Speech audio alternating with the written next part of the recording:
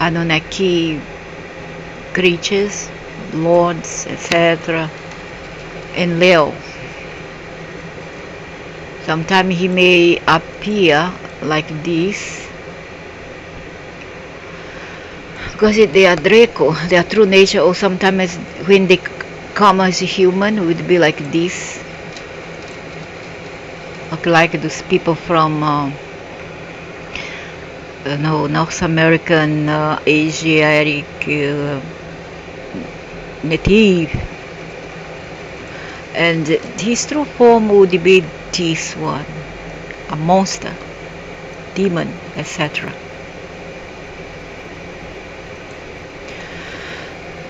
So his parents, this also, he's the god of the wind, air, the earth, and storms. Above the Nippur, honored the crown, the symbol. His parents, Enki, consort Enlil and Ki. I think his only mother was his consort because they practice incest.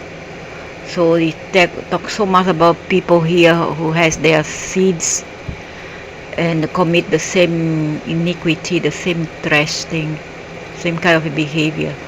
So the children would be Ninusha, Nana, Nargal, Ninazu, and Bilulu or Bilula. Because how to say, marry cousin, at least something else. If you marry from the side of your father, which is the nephew of your father, maybe the weighty, the least weighty thing that you could do. But marry, having a relationship, carnal thing with your father, your brother, close relatives, that's abhorrent, aberrant. This is something so dirty and satanic. So equivalent, Babylon equivalent Enlil, Kumar Bihari equivalent. Enlil, later known as Enlil, is an ancient Mesopotamian god associated with wind, air, earth, and storms. He is the first attested as the chief deity of the Sumerian pantheon, but he was later worshipped by the Akkadians, Babylonians, Assyrians, and Hurrians. Enlil's primary center of worship was the Ekur temple in the city of Nippur, which was believed to have been built by Enlil himself, and was regarded as the mooring rope of heaven and earth. He is also sometimes referred to in Sumerian texts as Nunamnih. According to one Sumerian hymn, Enlil himself is so holy that not even the other gods could look upon him. Enlil rose to prominence during the 24th century BC with the rise of Nippur.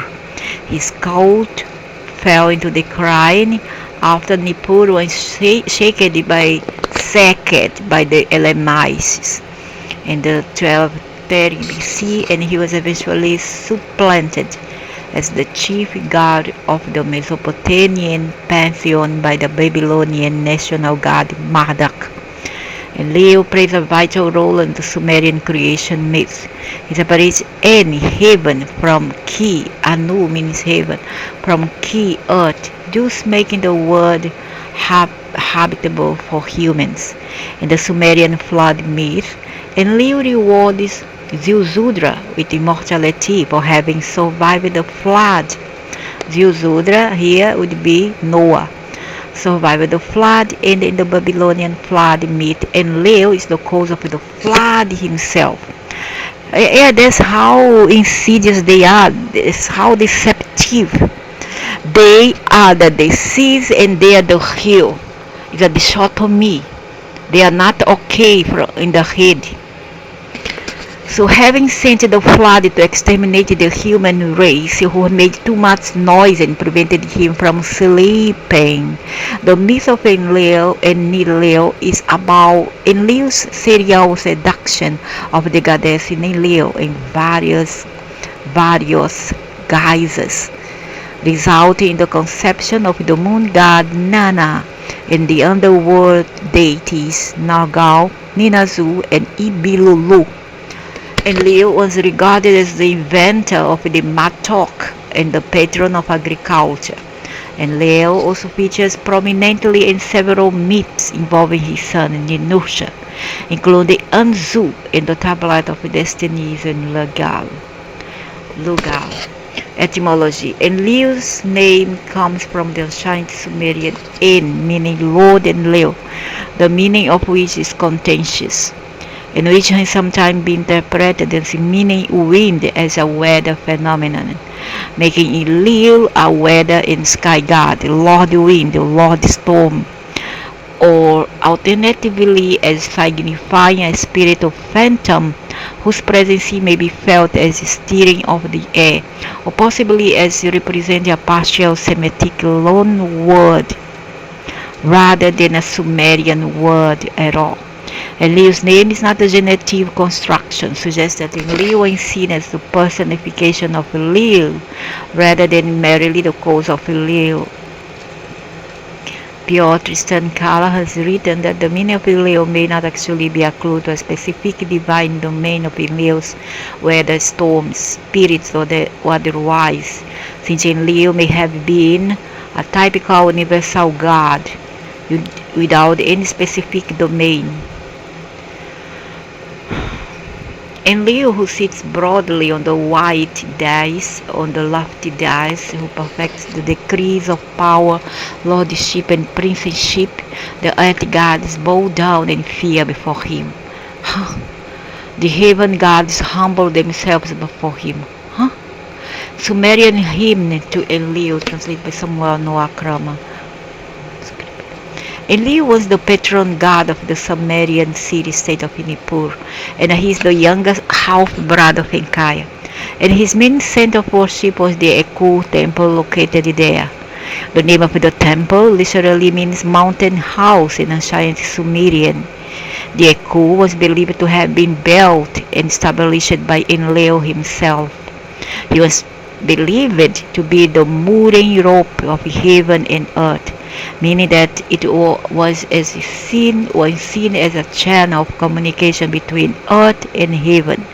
A hymn written during the reign of Uar-Nemu, the founder of the third dynasty of Uar, describes the Iku in great detail, stating that it gets all covered with scenes of I am Dugu, a lesser deity, sometimes shown as a giant bird, slaying a lion and an eagle, snatching up a sinner. Huh?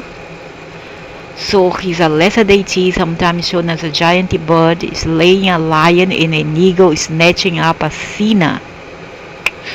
The Sumerians believed that the sole purpose of humanity's existence was to serve the gods. They thought that the god's statue was a physical embodiment of the god himself. As such, cult statues were given constant care and attention, and a set of priests were assigned to tend to them. People worshipped Enlil by offering food and other human necessities to him. The food was ritually laid out before the god's cult statue in the form of a feast, was believed to be Enlil's daily meal. But after the ritual, it would be distributed among his priests. These priests were also responsible for changing the cult statue's clothing. I don't know who's telling the truth. However, those deities tell that they don't ask any offering from any of you in worship whatsoever. So if you do, it's up to you. But they are not asking anything from you. Okay, so basically it may be that humans are the one who start up all those all those obsessions and paranoias about rituals and sacrifices. It has nothing to do with maybe I'm wrong, nothing to do much with them, because if they are so powerful, why they need you for? They can have any animal they want. They go there and kill the animals and eat if they want to, isn't it? Why they need an intermediary as a human to offer them to make offerings in sacrifices for them. So on the flip side of perspective, we could observe that what I'm saying makes sense. You give sacrifice because you want. It's about your misunderstanding, your ignorance about dogmas and cults. However, maybe if I am right, those deities does not request or asks anything from any of you. The Sumerians envisioned enlil as a benevolent fatherly deity who watches over humanity and cares for their well-being. One Sumerian hymn describes enlil as so glorious that even the other gods could not look upon him.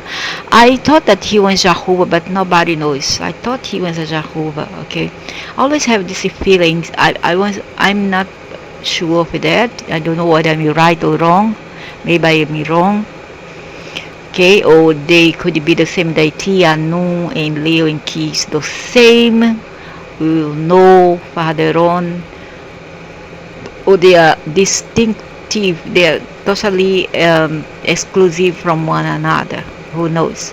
The same rhyme also states that without enlil, civilization could not exist. Oh, the metrics. Enlil's epithets include titles such as the Great Mountain and King of the Foreign Lands. When they say that, means Africa and Asia.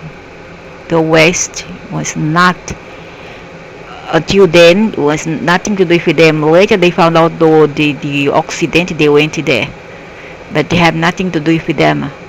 Enlil is also sometimes described as a raging storm, a wild bull, and a merchant. The Mesopotamians envisioned him as a creator, a father, a king, and the supreme lord of the universe. Oh, come on. You say that is Anu, later you say Enki, later you say Enlil. You are just all over the place.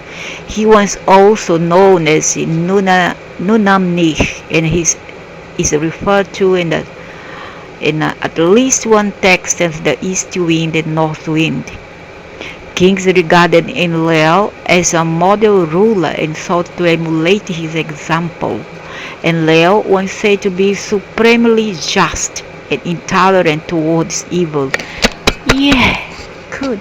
Rulers from all over Sumer would travel to Enlil's temple in Nippur to be legitimized. They would return Enlil's favor by devoting lands and precious objects to his temple as offerings. Nippur was the only Sumerian city-state that never built a palace. This was intended to symbolize the city's importance as the center of the cult of Enlil by showing that Enlil himself was the city's king. Even during the Babylonian period, when Marduk had superseded Enlil as the supreme god, Babylonian kings still traveled to the holy seat of Nippur to seek recognition of their right to rule. Enlil first rose to prominence during the 24th century BC, when the importance of the god En began to wane. En is Anu, the father. During this period, Enlil and En are frequently evoked together in inscriptions. The Father, the Son, and the Holy Ghost symbolize the whole Anunnaki family. Enlil remained the supreme god in Mesopotamia throughout the Amorite period, with Amorite monarchs proclaiming Enlil as the source of their legitimacy. Enlil's importance began to wane after the Babylonian king Hammurabi conquered Sumer. The Babylonians worshipped Enlil under the name Enlil, and the Hurrians syncretized him with their own god Kumarbi. In one Hurrian ritual, Enlil and Apanshu are invoked as the father and mother of Ishara. Enlil is also invoked alongside Enlil as a member of the mighty and firmly established gods, Anunnaki's gods, that from the heavens come 400,000 years ago or more. During the Kassite period, Nippur briefly managed to regain influence and origin, and Enlil rose prominence once again. From around 1 BC onward, Enlil was syncretized with the Assyrian national god Ashur, who was the most important deity in the Assyrian pantheon. Then in 1213 BC, the Elamites attacked Nippur and the city fell into decline, taking the cult of Enlil along with it.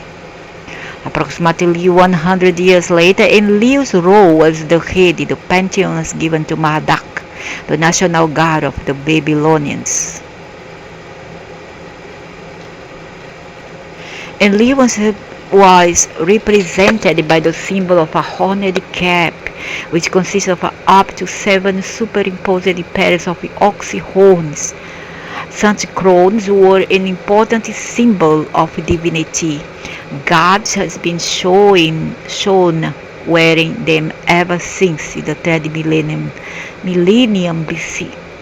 The horned cap remained consistent and form and meaning from the earliest days of Sumerian prehistory up till the time of the Persian conquest and beyond. The Sumerians had a complex numerological system in which certain numbers were believed to hold special ritual significance. Within this system, Enlil was associated with the number 50, which was considered sacred to him, while the other is 40. But some say that Anu is 60-year-old, Enkaya is 50, and Enlil is 40. But since he is 50, that means it symbolizes is related to his age. Enlil was part of a tribe of deities which also included the En and Enkaya. Enlil was a part of a tribe of deities. These 3 deities together were the embodiment of all the fixed stars in the night sky. En was identified with all the stars of the equatorial sky. Enlil with those of the northern sky. Could it be the northern hemisphere? And Enkaya with those of the southern sky. Could it be the southern hemisphere? The path of Enlil's celestial orbit was a continuous symmetrical circle around the north celestial pole. Oh, I understand. But those of En and Enkaya were believed to intersect at various points. Enlil was associated with the constellations Bulls. Origin myth, Sumerian creation myth. The main source of information about the Sumerian creation myth is the prologue to the epic poem Gilgamesh, Enkidu, and the Netherworld, which briefly describes the process of creation. Originally, there was only Nemu, the primeval sea. Then, Nemu gave birth to En, the sky, and Ki, the earth, and Ki mated with each other, causing Ki to give birth to Enlil. Enlil separated En from Ki and carried off the earth as his domain, while En carried off the sky. Enlil marries his mother Ki, you see, and from this union all the plant and animal life on earth is produced. I have a hard time understanding this, They put it into some kind of a fable or mythology, and then at the same time it can and it is real.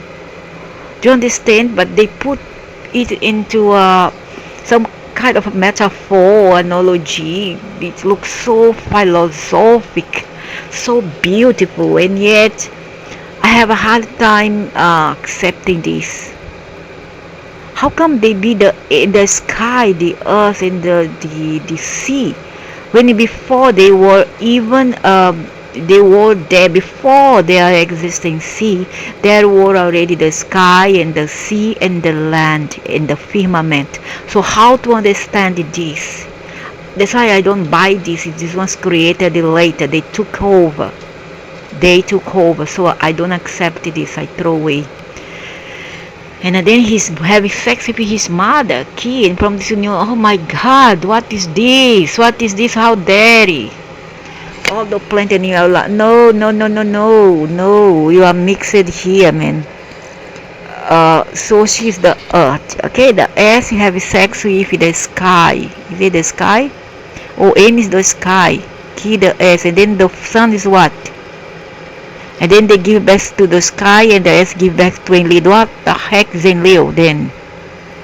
What he becomes? The father is the sky, and the mother is the earth. What would be the sun? The sea.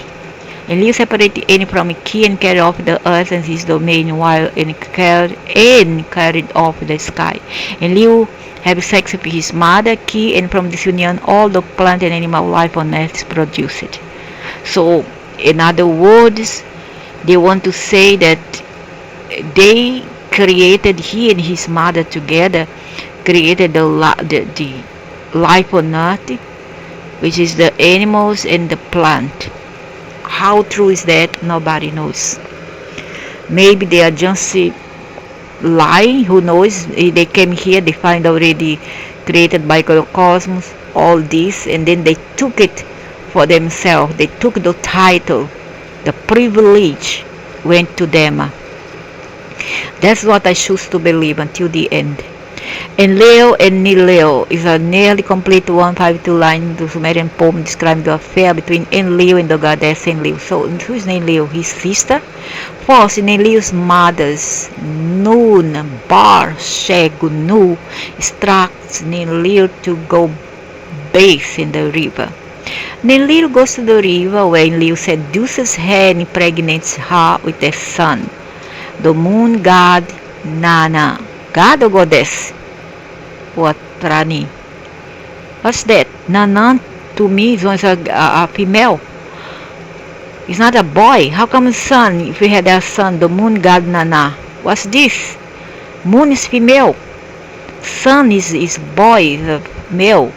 Because of this, Enlil is banished to Kur, the Sumerian underworld. Enlil follows Enlil to the underworld, where he impersonates the man of the gate. Enlil demands to know where Enlil has gone, but Enlil, still impersonation, the gatekeeper, refuses to answer. He just wants a quick key, and then he just go away, like always happen in life, and just kick her to the curb. This is what they do, and she, like a cheap female, goes after him. He then seduces Enlil and impregnates her with Nergal, the god of death, because she's the cheeky one who went after him, the god of death. The same scenario repeats, only this time Enlil instead impersonates the man of the river of the netherworld, the river below the volcanoes and the sea, which is linked with the netherworld. The man devouring river. Once again, he seduces Enlil and impregnates her with the god Ninazu. He didn't seduce her. She seduces him because she went after him for second time, second round. Some kind of vamp. Some kind of vamp. Nymphomaniac. Finally, Enlil impersonates the man of the boat. Once again, he seduces Enlil, impregnates her with Ibilulu, Enbilulu, the inspector of the canals. See, from now on they go and multiply, then more and more demons are out. That's what they are, a legion of demons. The story of Enlil's courtship with Enlil is primarily a genealogical myth invented to explain the origin of the moon god Nana, as well as the various gods of the underworld. But it is also, to some extent, a coming-of-age story describing Enlil and Enlil's emergency from adolescence into adulthood. The story also explains Enlil's role as Enlil's consort. In the poem, Enlil declares, as Enlil is your master, so I am also your mistress. The story is also historically significant because it's the current interpretation of it's correct. It's the oldest known myth in which a god changes shape. How ugly is that for a man to go after a woman constantly and a woman to go after men constantly? So shameful. Flood myth. In the Sumerian version of the flood story, the causes of the flood are unclear because the portion of the tablet recording the beginning of the story has been destroyed. Somehow, a mortal known as Ziusudra Noah manages to survive the flood, likely through the help of the god Enkaya. The tablet begins in the middle of the description of the flood. The flood lasts for 7 days and 7 nights before it subsides. Then Acha, the god of the sun, emerges. Ziusudra opens a window at the side of the boat and falls down prostrate before the god. Next, he sacrifices an ox and a sheep in honor of Asha. At this point, the text breaks off again. When it picks back up, Enlil and Anu are in the midst of declaring Ziusudra immortal as in honor for having managed to survive the flood. The remaining portion of the tablet after this point is destroyed. In the later Akkadian version of the flood story, recording the epic of Gilgamesh, Enlil actually causes the flood. Of course they do. Of course they do, as they are doing now, destroying everything, seeking to annihilate every living thing on earth because the humans, who are vastly overpopulated, make too much noise for the beauty and prevent him from sleeping.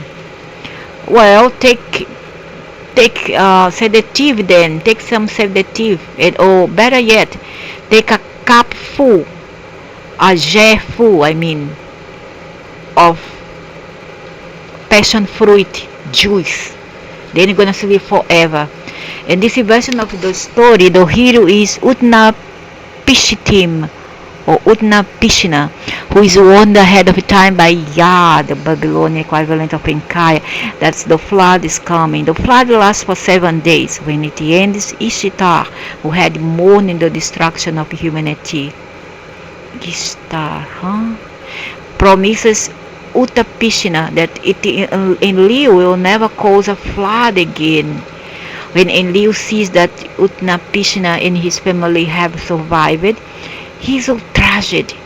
But his son Ninurta speaks up in favor of humanity. Ninurta is whose son? Enlil's son, is it? Arguing that instead of causing floods, Enlil should simply ensure that humans never become overpopulated by reducing their numbers using wild animals and famines.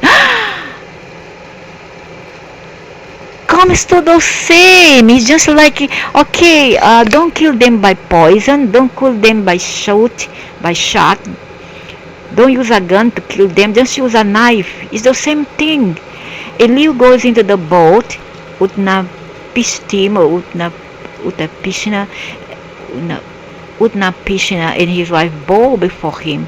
Enlil, now appeased, grants Utnapishna immortality as a reward for his loyalty to the god. Immortality? Why he have gone and come back meantime?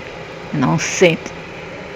They say Utnapishna Noah is the son of Enkaya, chief god and arbitrator, plucks at the roots, tears at the crown. The pickaxe spares the plants. The pickaxe, its fate is decreed by Father Enlil. The pickaxe is exalted. Nonsense. Neil Savage sentences in proverb. A nearly complete 108-line poem from the early dynastic period, describing Enlil's invention of the mattock, a key agricultural pick, hoe, axe, or digging tool of the Sumerians. In the poem, Enlil conjures the mattock in the existence and decrees its fate. The mattock is described as gloriously beautiful. It's made of pure gold, and its head is carved from lapis lazuli. Enlil gives the tool over to the humans who use it to build cities, subjugate their people, and pulls up weeds. Enlil was believed to aid in the growth of plants. They say once in key, so help me with that now. The Sumerian poem Enlil chooses the farmer god Describes how Enlil, hoping to establish abundance and prosperity, creates two gods image in ten, a shepherd and a farmer respectively. The two gods argue and immediately claim to Entan's possession.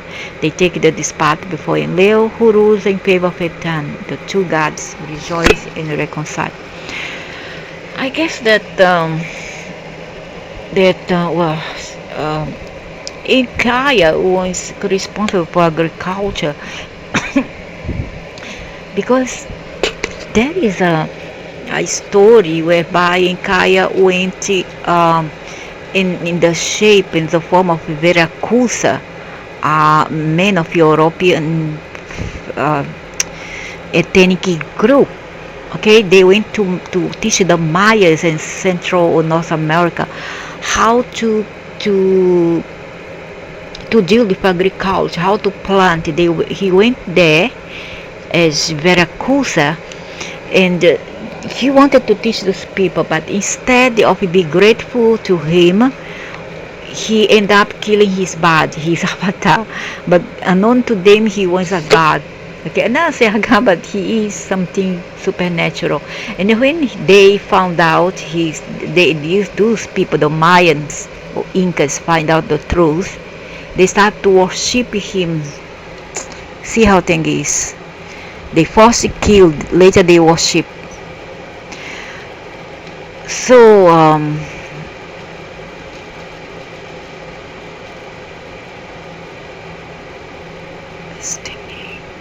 in the Sumerian poem Logal, Enlil gives advice to his son, the god Ninusha, advising him on a strategy to slay the demon Azag.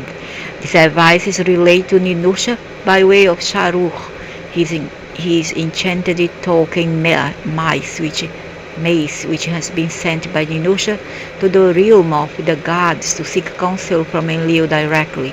In the Old, Middle, and Late Babylonian myths of Anzu and the Tablet of Destinies, the Anzu, a giant monstrous bird, betrays Enlil and steals the Tablet of Destinies. As a clay tablet belongs to Enlil that grants him his authority. While Enlil is preparing for a bath, the rivers dry up and the gods are stripped of their powers. The gods send their Dadi and Gira and Shara to defeat the Anzum, but all of them fail. Good. Finally, Ea proposes that the gods should send Ninusha, Enlil's son. Ninusha successfully defeats the Anzum and returns the tablet. We never have this accent here, it's nasal. This circumflex accent that's in some language, I think from the Middle East up to Europe, Indo-European language, Portuguese being one. So we never have this circumflex head here on top. We talk from the nose, so become Anzu become Anzum. So the tablet of destiny to his father, and the reward in Ninusha is granted a prominent seat on the council of the gods, war of the gods. A badly damaged text from the New Assyrian period describes Marduk leading his arm of Anunaki into the sacred seat of Nippur and causing a disturbance here. Describes Marduk leading his arm of Anunnaki, which is a group of these beings. It's a confederation, into the sacred seat of Nippur and causing a disturbance. The disturbance causes a flood which enforces the resident gods of Nippur under the leadership of Enlil to take shelter in the Eshumesha temple to Ninusha. Enlil is enraged at Marduk's transgression and orders the goddess of Eshumesha to take Marduk and the other Anunnaki as prisoners. The Anunnaki are captured, but Marduk appoints his front runner Mushi-te-Shih-Hablim to lead a revolt against the gods of Eshumesha and send his messenger Neri-Tagmil to alert Nabu, the god of literacy. When the Ishumesha gods hear Nabu speak, they come out of the temple to search for him. Marduk defeats the Ishumesha gods and takes 360 of them as prisoners of war, including Enlil himself, who is a powerful god. He went, his own nephew arrested him. Enlil protests that the Eshumasha gods are innocent, so Marduk puts them on trial before the Anunnaki. The text ends with a warning from Damkiana, another name for Nihursag, who is the one who, she meddled with our DNA if you have brother in Kaya to change our DNA. She is responsible for this as well. This is the one that people celebrate, not say celebrate, worship her here as a goddess. She's in all culture. It's she. So to the gods and to humanity, pleading them not to repeat the war between the Anunnaki and the gods of Ishumesha. So, well, that's all for now.